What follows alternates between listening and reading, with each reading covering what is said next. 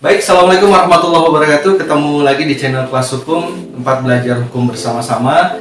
Kali ini saya Iqbal dari channel Kelas Hukum akan berbagi kepada teman-teman tentang satu topik yang menarik belakangan ini, yaitu tentang pelakor ya.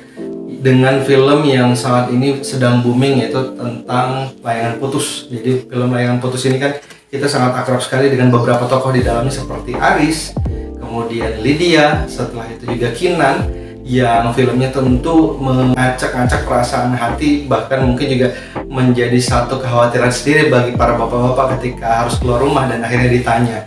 Dan ibu-ibu kadang-kadang greget sekali dengan peran Lydia yang hadir sebagai pelakor dalam film ini. Nah, tapi teman-teman, kita nggak ngobrolin film ini bagaimana ceritanya, tapi kita akan melihat aspek hukumnya, itu bagaimana sih kita melihat pelakor ini dalam aspek hukum, kemudian apakah pelakor itu juga bisa dihukum pidana ketika mengganggu hubungan rumah tangga seseorang. Nah, penasaran teman-teman, silahkan saksikan video di channel Kelas Hukum ini sampai selesai, dan mudah-mudahan hal-hal yang nanti kita bahas kan bisa bermanfaat buat teman-teman.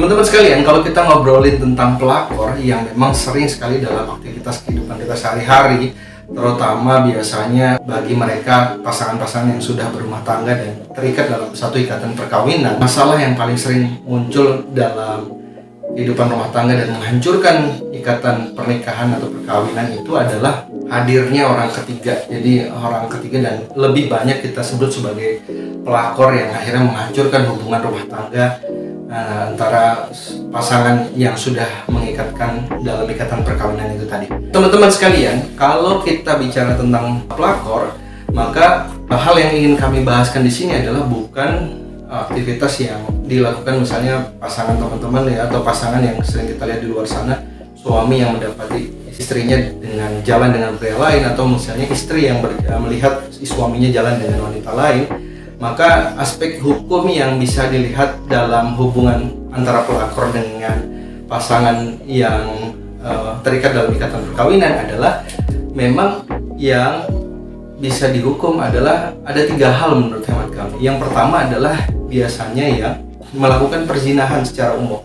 Jadi yang kedapatan melakukan perhubungan perzinahan, nah ini bisa dikenakan sanksi pidana. Jadi bisa saja teman-teman bekerja sama dengan aparat hukum dalam rangka menemukan bukti bahwa benar pasangan atau suami atau istri yang misalnya kita mendapati suami atau istri kita yang memang menjalin hubungan dengan pelakor.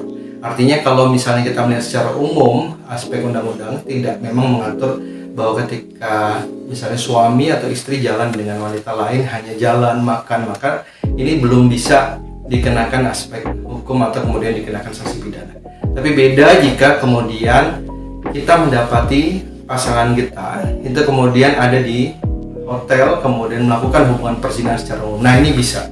Jadi maka sering sekali kita melihat penggerebekan, dan itu juga akhirnya bisa dikenakan sanksi pidana. Hal yang kemudian bisa dikenakan sanksi pidana adalah apabila ada salah satu dari pasangan yang kemudian terikat dalam perkawinan, kemudian memalsukan dokumen lantas kemudian menikah lagi. Nah, hal ini bisa dikenakan sanksi pidana. Ya, kita bisa lihat dalam pasal 263 KUHP, 263 KUHP dengan ancaman pidana 6 tahun. Jadi itu bisa dikenakan kepada pasangan-pasangan yang terikat perkawinan namun melakukan perkawinan lain dengan memalsukan dokumen yang ada. Nah, ini jadi warning nih, jadi peringatan bagi orang-orang yang ingin melakukan perkawinan dengan memalsukan dokumen. Kemudian ada juga yang melakukan perkawinan atau menikah lagi, poligami, tanpa sepengetahuan istri yang pertama. Nah, ini juga bisa kena aspek hukum, yaitu pasal 279 KUHP dengan ancaman 5 tahun penjara. Maka harus diperhatikan sekali ya, tidak boleh sembarangan, tidak boleh asal-asal saja. Maka segala aspek keterikatan atau keterkaitan dalam hukum ikatan perkawinan itu mesti sangat diperhatikan oleh setiap pasangan. Jadi itu teman-teman sekalian yang perlu diperhatikan apabila melihat seseorang dalam ikatan perkawinan. Jadi memang sebagai bentuk edukasi hukum adalah apabila seseorang pasangan kami ingatkan kembali, ya memang yang bisa dikenakan sanksi pidana adalah apabila seseorang itu didapati secara langsung melakukan hubungan perzinahan. Ya, itu tadi kami sampaikan di awal bahwa memang apabila mengajak aparat hukum kemudian menemukan secara langsung bahwa seseorang melakukan hubungan perzinahan sementara orang tersebut terikat dalam ikatan perkawinan, maka dia bisa dikenakan sanksi pidana. Hal lain juga kami sampaikan bahwa apabila melakukan pemalsuan dokumen itu juga bisa disanksi pidana, atau bahkan melakukan perkawinan poligami tanpa izin istri pertama. Nah, ini juga bisa dikenakan sanksi pidana.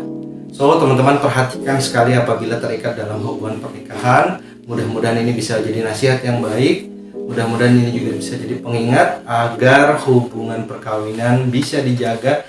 Dan tentu kami ingin menyampaikan bahwa video edukasi ini adalah sebagai penguat agar hubungan ikatan rumah tangga justru malah semakin baik, bukan malah mencari celah-celah agar kemudian menemukan peluang untuk bisa menghancurkan hubungan rumah tangga, ya. Maka teman-teman sekalian jaga diri dan mudah-mudahan ikatan rumah tangga, ikatan perkawinan ini bisa terjaga dengan baik. Demikian video edukasi dari Kelas Hukum, mudah-mudahan bermanfaat. Silahkan bagikan video ini dan like atau komen jika ada beberapa pertanyaan seputar hukum lainnya yang bisa kita bahas di channel ini. Sekali lagi terima kasih. Assalamualaikum warahmatullahi wabarakatuh.